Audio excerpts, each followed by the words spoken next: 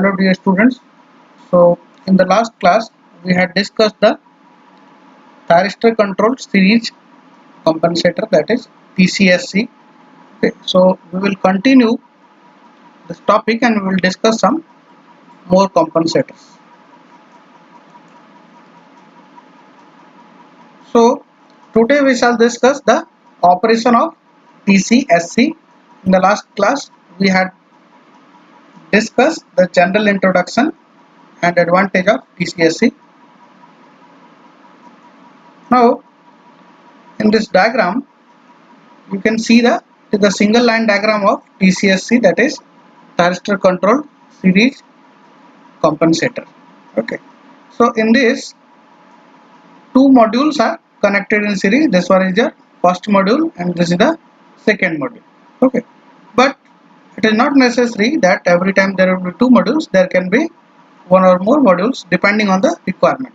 Okay, so in order to reduce the cost, TCSC may be used in conjunction with the fixed series capacitors. Okay, so for economic reasons or to reduce the cost, the TCSC can be used in conjunction with the fixed series capacitors. Okay, so here also we can see this in the diagram. Now here it is, two modules are connected in series. Okay, but it is not necessary that always there will be two. One or more modules can be connected depending on the requirement. Fine, but each module has three operating modes that we will discuss in detail. Okay, so each module has three operating modes. The first one is bypassed, the second is inserted with thyristor valve block, and the third one is inserted with vernier control. Okay, so let's start from the first one, that is the bypassed operating mode. Okay, so for the bypassed operating mode, the diagram in the diagram this mode has been shown. So here the thyristor valves are gated for 180-degree conduction in each direction. That means the thyristors are given the gate pulse to allow 180-degree conduction, okay, in each direction, and the current flow in the reactor is continuous and sinusoidal. Okay, so through this reactor the nature of current is sinusoidal and it is continuous. Okay, the net reactance of the module is slightly inductive as the susceptance of the reactor is larger than that of the capacitor. Okay, so since the susceptance of the reactor is larger, the susceptance of this reactor is larger than that of the capacitor, and that's why the net reactance is inductive. Obviously if the inductive part is dominating though, then the net reactance of this module is slightly inductive.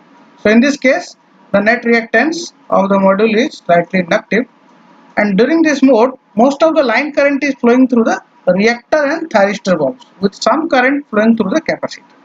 Okay, so this is also one characteristics of this mode.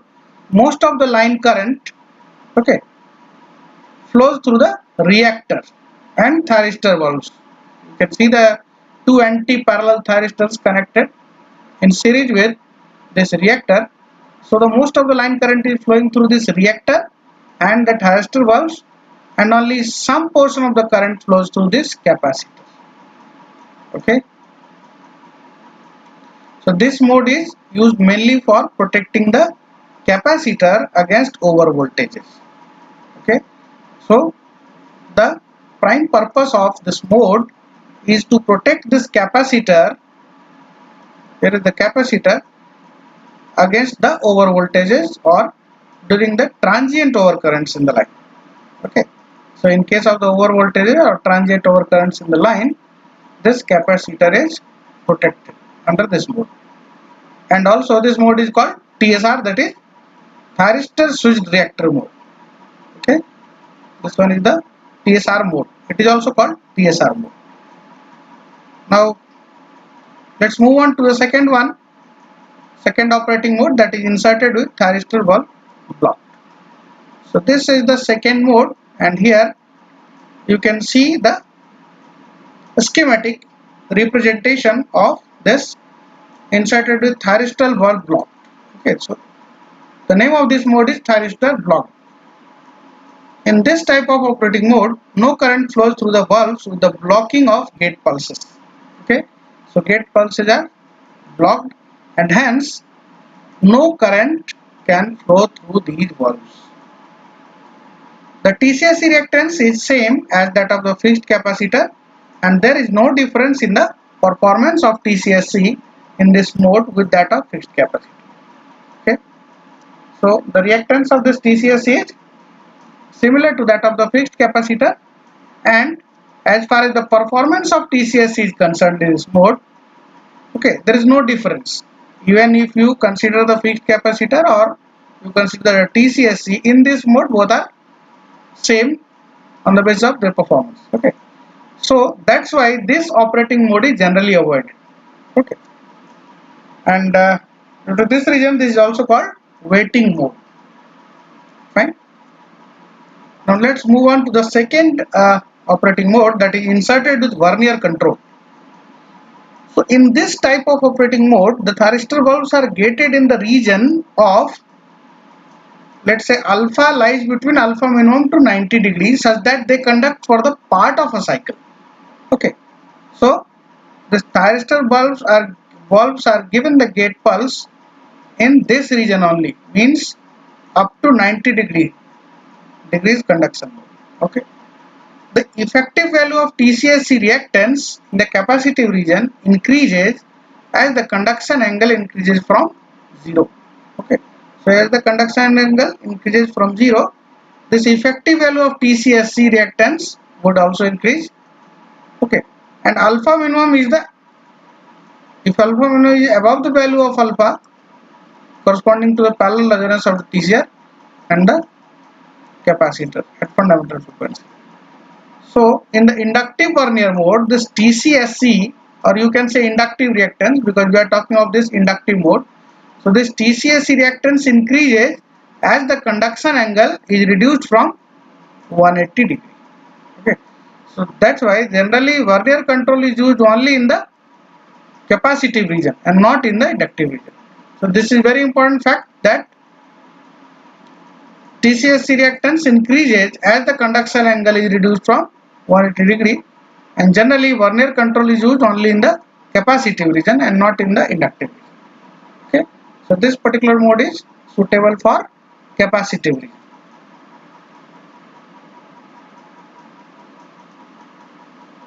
Let's move on to the another device, and that is static synchronous compensator, and that is STATCOM.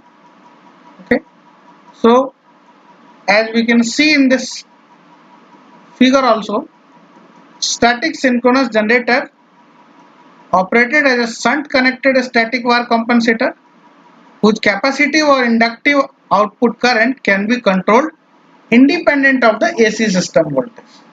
Okay, so this can be the definition of this static synchronous compensator. And one thing I would like to tell you, that STATCON, okay, static condenser, is similar to this STATCOM. Actually previously it was told STATCON, and later on IEEE changed this name from the STATCON to STATCOM. Okay, so now it is commonly known as STATCOM. So both are same thing. You should not be confused with the name, because previously it was termed as STATCON, and later on this was termed as STATCOM, static synchronous compensator. This static synchronous generator operated as a shunt connected static wire compensator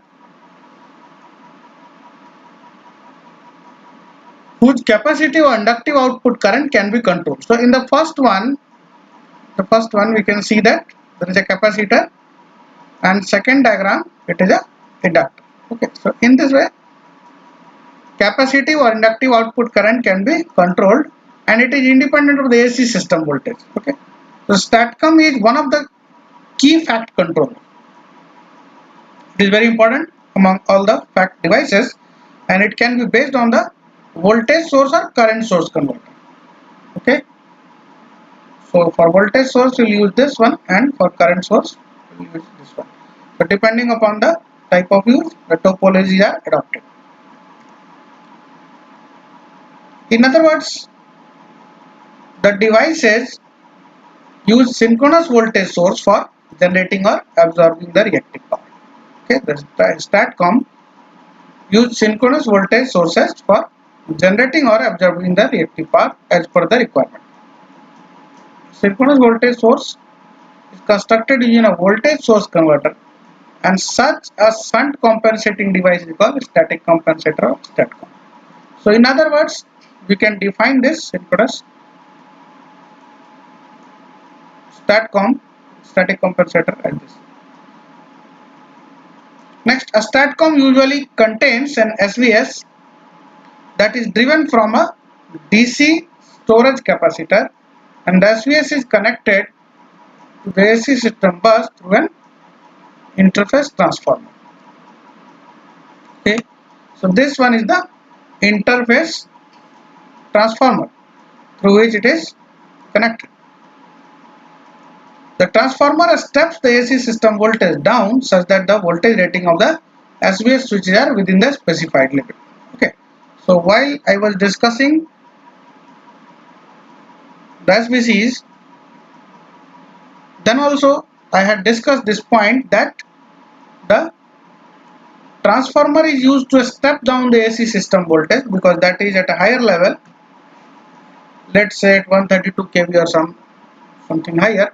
So we cannot install the fact devices for that rating. So transformer is used to step down the AC system voltage such that the voltage rating of that fact device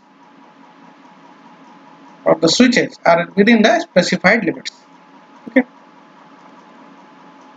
So from an overall cost point of view, the voltage source converters seem to be preferred and will be the basis for presentations of most converter based fact controllers. From the voltage source converter, its AC output voltage is controlled such that it is just right for the required reactive current flow for any bus, AC bus voltage. DC capacitor voltage is automatically adjusted as required to serve as voltage source for the converter. Okay, so for any VSC, that is voltage source converter, the AC output voltage is controlled in such a manner that it is appropriate for the required reactive current flow for any bus voltage. Okay, and DC capacitor voltage is automatically adjusted as per the requirement. So this STATCOM can be designed to act as an active filter to absorb the system harmonics. Okay, so in that way we can utilize this STATCOM. It acts as an active filter to absorb the system harmonics. The job of filter is what? The job of filter is to filter out the harmonics or absorb the system harmonics. So this STATCOM can also be used that way. Now what is the advantage? What are the advantages of STATCOM over that SVC? There are many technical advantages of this STATCOM over the SVCs, and some of the primary advantages are that is it has faster response as compared to the SVC. STATCOM has faster response. Additionally, this STATCOM requires less space as bulky passive elements or components such as reactors are eliminated. Okay, so as SVCs contain this bulky passive components, but in STATCOM, since such components are not there, that's why it requires less space. Okay, so it is more compact, we can say. In that way it is advantageous. It can be interfaced with real power sources. Okay, so the interfacing with real power sources is possible in case of STATCOM. That is, it can be interfaced with the battery any DC source, fuel cell, SMES, that is superconducting magnetic energy storage. Okay, so such sources we can interface with the STATCOM. Next, the STATCOM has superior performance during the low voltage condition, as the reactive current can be maintained constant. Okay, so again the STATCOM has advantages in this respect, that has superior performance during the low voltage condition because the reactive currents can be maintained constant, and it is even possible to increase the reactive current in a STATCOM under transient conditions. Okay, so it is not required to be constant, even we can increase the reactive current under the transient conditions. Obviously more reactive current is required, so we can increase the reactive current in a STATCOM. We have this facility if the devices are rated for the transient overload. And in a SVC, the maximum reactive current is determined by the rating of passive elements. So again, if you have to increase the reactive current, you will have to increase the size of your reactors and capacitors, because the maximum reactive current is limited by the rating of passive components. Okay, so in that way also STATCOM has got merits over this SVC. Now, if we see the principle of operation of this STATCOM, the STATCOM is a comparable to synchronous condenser or compensator, okay, which can supply variable reactive power and regulate the voltage of the bus where it is connected. So it is comparable to the synchronous condenser, okay, which can also supply variable reactive power and regulate the voltage of the bus. Let's say whichever bus it is connected, it can regulate the voltage of that bus. So the equivalent circuit of synchronous condenser is shown in this figure.